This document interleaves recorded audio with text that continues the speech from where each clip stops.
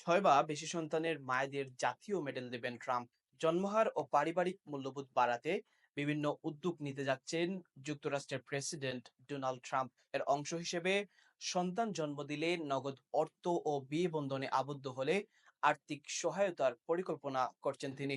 গত 21শে এপ্রিল সোমবার এক প্রতিবেদনে এ তথ্য জানায় সংবাদ মাধ্যম নিউ ইয়র্ক টাইমস। এতে বলা হয়েছে, মায়েদের আরো সন্তান নিতে উদ্বুদ্ধ করতে উপায় খুঁজছে হোয়াইট হাউস।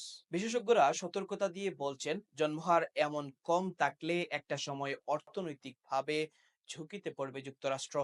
তাদের দেশে কর্মক্ষম মানুষের সংখ্যা কমবে এবং বয়স্ক মানুষের সংখ্যা বৃদ্ধি পাবে। মায়েরা যেন বেশি বেশি সন্তান দেন, সেজন্য যেসব উদ্যোগ নেওয়া হয়েছে তার মধ্যে অন্যতম হলো, যে মা 6 বা তার বেশি সন্তান জন্ম দিবেন তাকে জাতীয় মেডেল দেওয়া হবে।